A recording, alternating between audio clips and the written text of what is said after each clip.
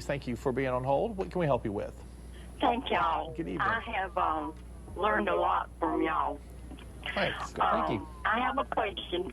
We have a will that was drawn up maybe 15 years ago, and we had property in Georgia.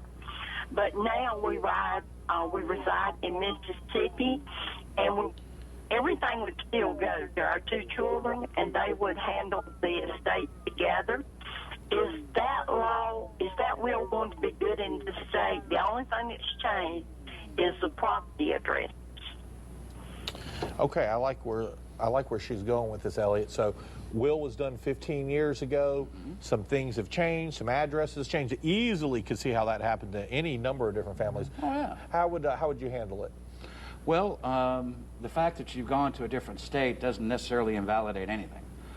We would have to actually look at the will to see if it's signed by two witnesses that are not beneficiaries. Okay. Make sure that the notary clause, the attestation clause, contains all the right magic language we have to put in all of our stuff. Okay. It probably does. I can't say without actually looking at it. And sure. It's certainly worth the importance of it. You should really go see a local attorney, have him give it the once over, make sure you're still good.